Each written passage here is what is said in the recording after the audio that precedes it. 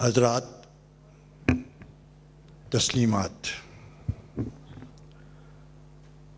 عزیزم طاہر عظیم کے توسط سے معظمی سعید قیس کے مجموعہ کا گلدستہ کلیات سعید قیس مرمت ہوا۔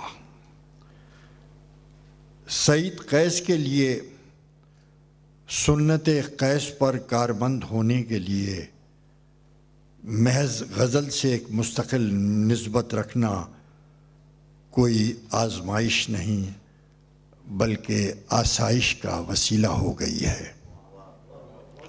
سکھا غزل کاروں کی فہرست میں اب سعید قیس کا نام ایک اعتباری حیثیت سے سامنے آتا ہے۔ غزل کی 7 صدی کے ہجوم میں اپنے لیے پاؤں ٹکانے کی جگہ نکال لینا بھی کارگزاراں سے کم نہیں ہے۔ سعید قیس کی غزل میں کئی اصناف نے از خود ایک جمالیاتی گنجائش پیدا کر لی ہے۔ لفظ برتنے کی ریاضتی روحانیت کے سبب سعید قیس کی غزل میں مصوری، موسیقی اور مجسمہ سازی کی تسلیث بھی اپنے زاویائی جواہر کے ساتھ کہیں کہیں از خود اجاگر ہو جاتی ہے۔ کلیات سعید قیس ایک بالاستیاب تفصیل گردانی کا تقاضا کرتی ہے۔